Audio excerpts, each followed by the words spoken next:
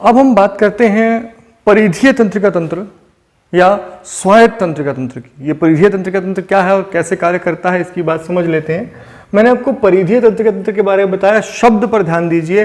परिधि मतलब हमारे केंद्र को छोड़कर, मस्तिष्क और मेरुरज्जु को छोड़कर शरीर के जितने भी अंग हैं, त्वचा, आंख, कान, नाक, जीव, ये सभी संवेदी अंग और आंतरिक अंग, इन सब से जो सूचनाएं जाती हैं वो सब सूचनाएं को केंद्रीय तंत्रिका तंत्र तक लाने और ले जाने का जो कार्य है वो काम करता है परिधीय तंत्रिका तंत्र, यानी कि पेरिफेरल नर्वस सिस्टम। ये कैसे काम करता है?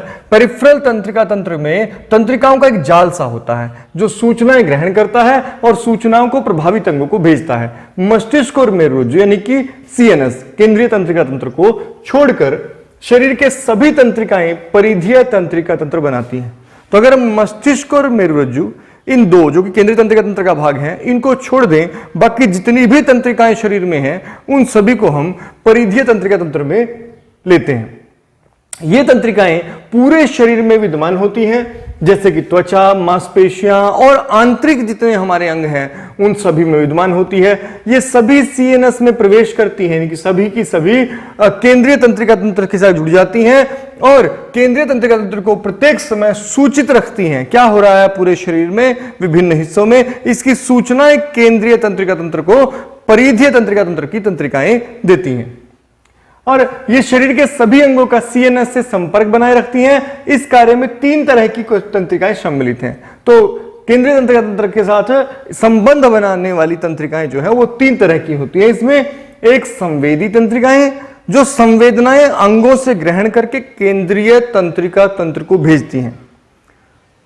संवेदी तंत्रिकाएं जो संवेदना को ग्रहण करती हैं संवेदी अंगों से, यानी कि ज्ञानेंद्रियों से संवेदना ग्रहण करती हैं और उसे सीएनएस को, यानी कि केंद्रीय तंत्रिका तंत्र को भेज देती हैं।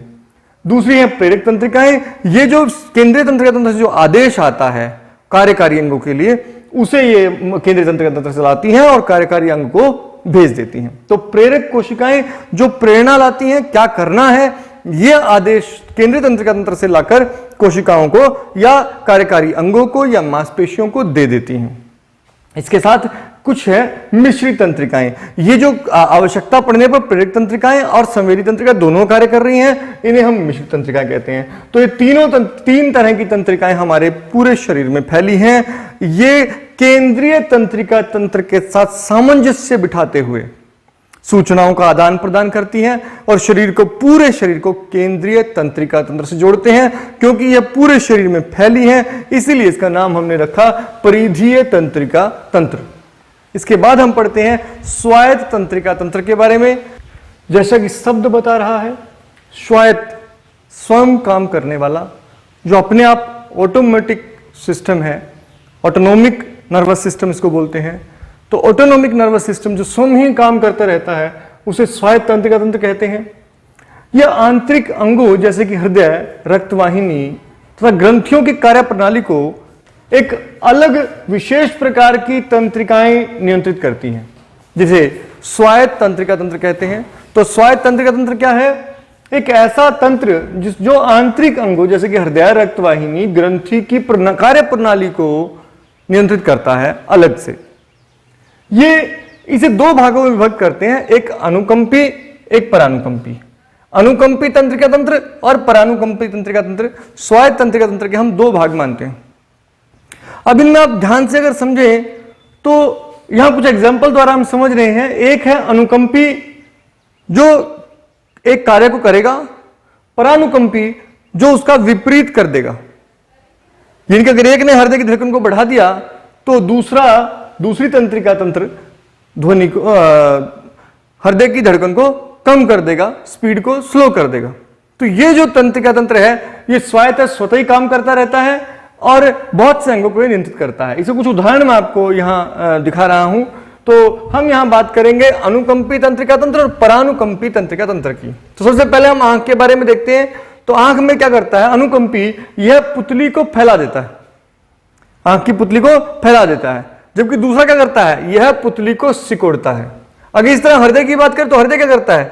हृदय के लिए अनुकंपी यह हृदय की कुंचन और उद्दीपन को बढ़ा देता है, जबकि परानुकंपी क्या करता है? यह हृदय के संकुचन और उद्दीपन को कम कर देता है। तो कुंचन और उद्दीपन को कम कर देता है। इस तरह पाचक एंजाइम की यदि बात करें हम, लार में हमारी पाचक एंजाइम होते हैं, तो अनुकंपी क्या करता है? यह लार के स्राव को कम कर देता है। लार का स्राव कम हो जाता है, लार बननी कम हो जाती है, जबकि परानुकंपी लार के स्राव को बढ़ा देता है। एक दूसरे का उल्टा कर रहे हैं ये।